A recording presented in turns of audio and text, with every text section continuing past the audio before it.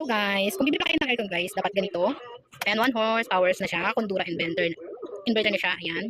So Kondura guys, ayan may kasama siyang remote control and then energy saving pa siya. Sa ating tipid bukod sa inverter niya at energy saving, siya ay kilalang brand kasi siya ay Kondura. So isa siya sa mga appliance na pinakamatibay at saka talagang kilalang kilala. So ayan, double your savings, energy remote control RT104, environment friendly na siya. And then ganyan siya guys.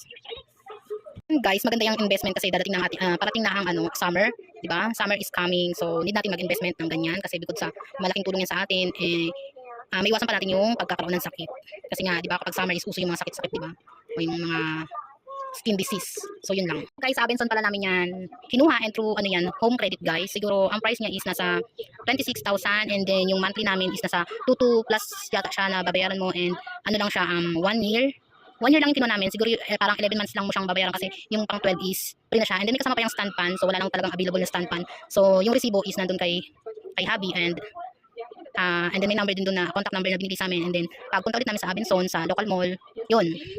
I-abil namin yung papri na stand pan. So yun guys ang kasama nitong Kondura inverter na to. So maganda na siya guys. So mamaya kapag nag-unboxing siya, pakita ko sa inyo yung pag-install niya doon. Yan. So diyan siya ilalagay kasi yan is mahina na. Guys, yung brand yan is Mabe and then mahina na siya. So may 1 year na naman yan. So 1 year na yan and hindi na talaga siya lumalamig. Kaya meron kaming isang wall fan and then meron kaming isang ceiling fan. So ayan. So ito talaga is super hina na niya.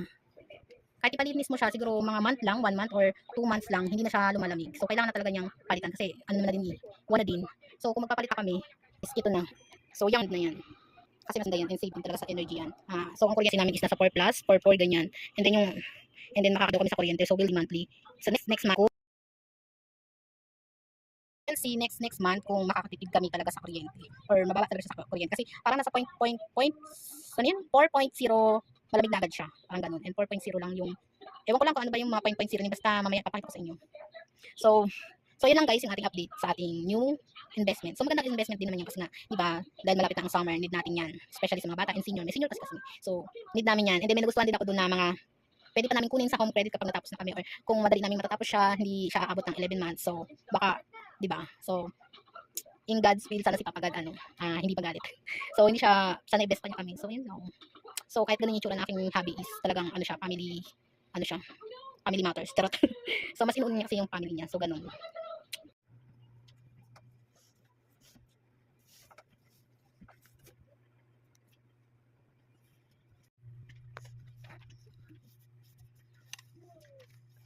Tingnan ko pandagan.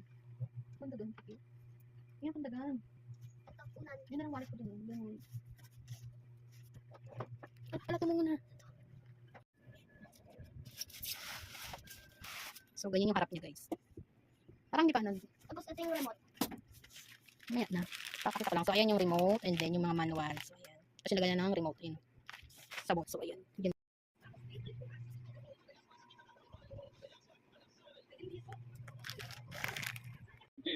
I would have been one of those dark boys as well.